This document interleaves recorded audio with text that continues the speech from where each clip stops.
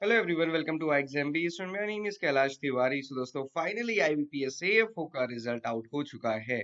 तो जैसा कि हमें पता था कि 1 अप्रैल को ये प्रोसेस पूरी कंक्लूड हो जाती है और रिजल्ट आता है। रिजल्ट में टोटल वैकेंसीज के अकॉर्डिंग सिलेक्शन होता है। तो जितने भी स्टूडेंट्स का सिलेक्शन हुआ है, finally many congratulations from the exam bee family.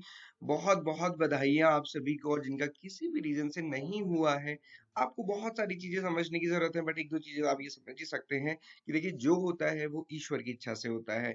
हम ये सब इसीलिए हम ये बोलते हैं कि जो हुआ सो अच्छा हुआ, क्योंकि जो हुआ है वो ईश्वर की इच्छा से हुआ है और उसमें कुछ ना कुछ अच्छा होगा ही। दूसरी बड़ी बात है, ये आपको एक मौका देता है कि जिसमें आप एक मंथन करें। और वो मंथन किस चीज के लिए करें कि जहां पे आप प्रिपरेशन कर रहे हैं, जिस एग्जाम के लिए आप प्रिपरेशन कर रहे हैं, क्या इसी एग्जाम के लिए प्रिपरेशन आपको आगे कंटिन्यू करनी है या फिर कुछ आपको इसमें चेंज करना है। क्योंकि मैं हमेशा एक एग्जांपल देता हूँ, क्योंकि अगर आप रोड में चल रहे हैं बट आप कहीं आगे नहीं पहुंच रहे, मतलब रोड में तो हैं बट आपने एक पेड़ को पकड़ा हुआ है।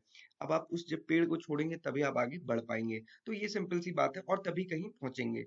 आप पहुंच तभी पाएंगे जब आप चलना शुरू करेंगे, एक जगह रुके नहीं रहेंगे। तो डेफिनेटली ये प्रिपरेशन भी एक चलना हो सकता है, बट ये आपको इंट्रोस्पेक्ट करना है। Okay, so again this is the total vacancies. आप देख सकते हैं 674 टोटल वैकेंसीज रही इस बार। सेंट्रल बैंक ऑफ इंडिया ने 400 वैकेंसीज, इंडियन बैंक ने 120, 100 पीएनबी ने एंड 54 वैकेंसीज यूको बैंक ने। तो जिनका जिस भी बैंक में सिलेक्शन हुआ है, बहुत सारी कॉन्ग्रेचुलेशन। मुझे काफी सारे मैसेजेस आए हैं और आप भी मुझे अपना शेयर कीजिएगा रिजल्ट। आप टेलीग्राम चैनल पे मेरे टेलीग्राम चैनल पे मुझे पर्सनली मैसेज कर सकते हैं। कैलाश एग्री भी करके आप सर्च करेंगे, आपको मिल जाएगा।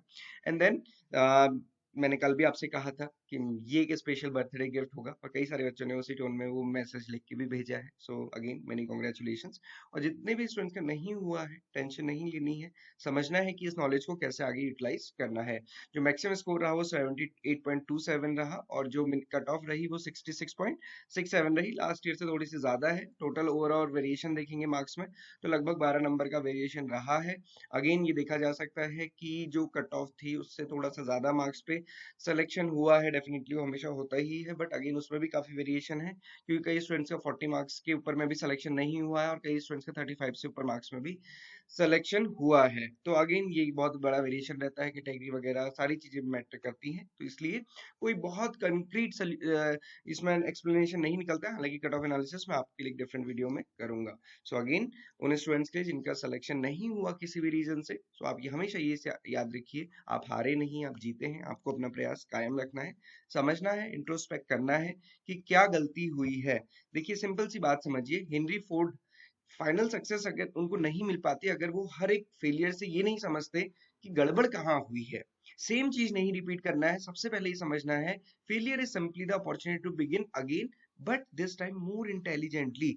अगर सेम चीज रिपीट करेंगे, सेम टाइप का आउटकम होगा। कुछ डिफरेंट करेंगे तो डिफरेंट टाइप का आउटकम होगा। थॉमस एल्वा एडिशन के बारे में आप सभी जानते हैं। हम कहते हैं कि 100 टाइम में उनको सक्सेस मिली थी। तो सक्सेस तभी मिलेगी ना जब कुछ ना कुछ चेंज करके देखना पड़ेगा। तो वही चीज आपको भी करनी है और वही चीज समझनी है। रिजल्ट्स हमेशा अच्छे होते हैं, ये जरूरी नहीं है कि आपको तुरंत ही बहुत अच्छा रिजल्ट मिले, और या फिर अगर अच्छा रिजल्ट नहीं मिले तो आप उसमें बहुत बुरा फील करें। स्वामी विवेकानंद ने हमेशा कहा है, जिसके लिए मैं भी आपको कहता हूँ, take up one idea and make that idea your life. Think of it, dream of it and live on that idea. तो अगर आप जिस भी एग्जामिनेशन के लिए प्रिपेयर करते हैं ना, this is the key. Let the brain, muscle, nerves, every part of your body be full that idea and just leave every idea alone.